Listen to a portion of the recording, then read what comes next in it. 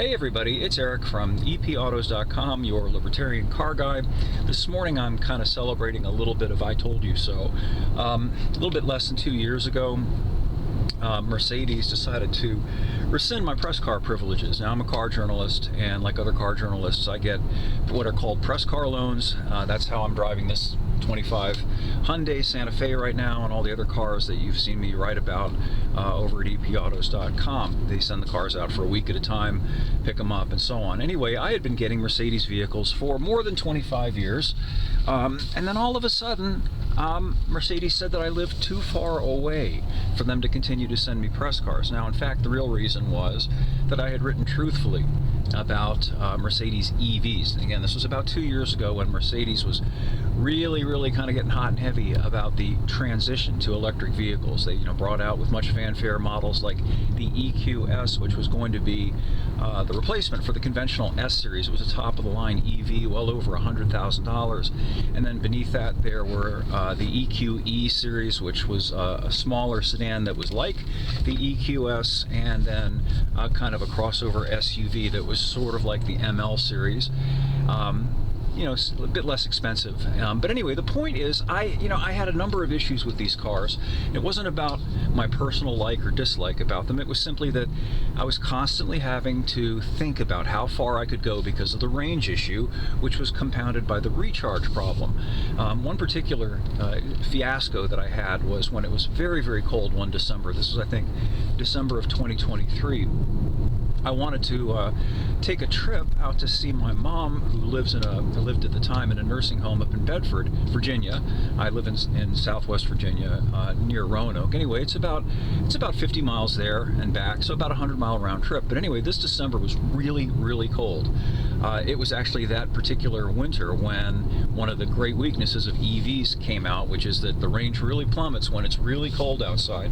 Anyway, I wanted to take this EQS, this top-of-the-line Mercedes EV, out to see my mom. Well, by the time I got down into Roanoke from where I live, which is only about 30 miles away, the available range remaining, the charge remaining, had plummeted precipitously. So I thought to myself it would probably be a good idea to stop and get some more charge before I proceeded any farther, in case there were issues along the way.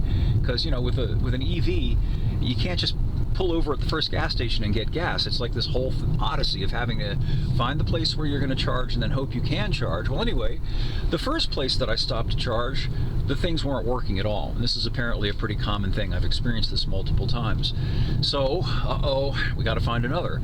So drove to another, which of course cost some more range. And I get to that place, and it wouldn't take my credit cards unless I downloaded the app. And I was very leery about downloading the app. I wrote a whole article about this a couple of days ago. If you're interested in that, it's up on the site. And the reason that I was leery of it is because I don't want some random corporate entity being able to access my phone and have access to whatever's on my phone. That really was kind of just creeping me out.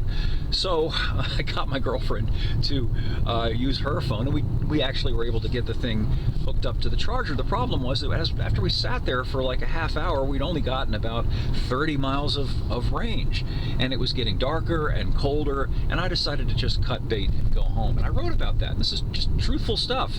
And how, if I'm hypothetically a Mercedes owner and I've just spent $110,000 on a vehicle, I kind of want to be able to go where I need to go. And I kind of want to not have to deal with hassles like that. I mentioned that my old truck, a 23-year-old truck, I could just jump in it and go see my mom without any difficulties and no worries about making it there or back. And I could use the heat, and I wouldn't have to worry about whether using the heat was going to result in being stuck by the side of the road. Anyway, long story short, I wrote a number of articles about not just the EQS but the EQE, and that triggered Mercedes to decide that I live too far away. Well, now it looks like I've been proven right.